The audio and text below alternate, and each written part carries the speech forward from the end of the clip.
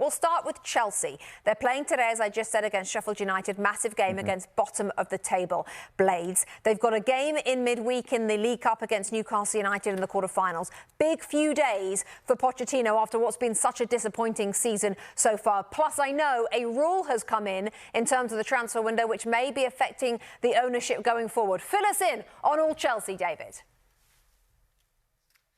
There is a lot there, Rebecca. It is a huge few days for Mauricio Pochettino. I've got no information to suggest that his job is under immediate threat. What the ownership at Stamford Bridge would like to do is review his position in the summer, which is a year into a 2-year contract with an option to extend by 12 months. But you do never know in football, and especially at Chelsea. He's certainly not been helped by injuries, the latest to Reece James, which could see him miss quite some time. We should know more about that on Monday. But he does get some players back today. Christopher Nkunku on the bench, of course, Malo Gusto as well. Now, one interesting thing will be the January transfer window. Chelsea are actually 2 windows into a 4-window strategy. So we're being told that wait until the 1st of September 2024 to really judge this new regime around recruitment, which is being led by Lawrence Stewart and Paul Winstanley, the sporting directors. Mauricio Pochettino will input into that, but he won't have any kind of increased influence in January.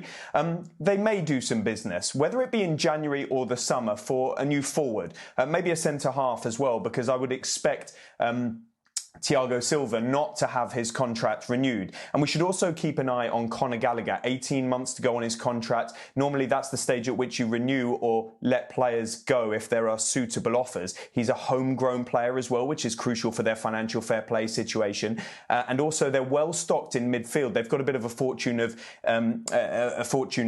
riches in that position. Now, on financial fair play, we've heard so much about Chelsea handing out these 8-year contracts, spreading the payments over a longer period of time to help with their financial fair play compliance. Last week, the Premier League voted on capping that down to 5 years. The process is called amortization. I revealed that that vote was passed. Chelsea actually supported it because it falls in line with UEFA regulations, and Chelsea want to get back into Europe, but it does mean their strategy will need to change. Crucially, the rule will not be backdated, so it won't affect existing transfers that Chelsea have made. That is a really interesting part of Chelsea's project. They've still got a financial fair play issue hanging over them with the Premier League and FA investigating potential historic breaches under the Roman Abramovich era, but the current ownership have held their hands up. They are complying with that process. We've got no updates just yet.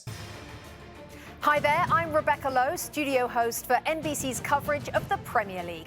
Don't forget to hit subscribe to watch more videos all season long. And for even more Premier League content, from original series to live matches, head over to Peacock. And be sure to tune in for Premier League mornings every weekend on USA Network and on Peacock.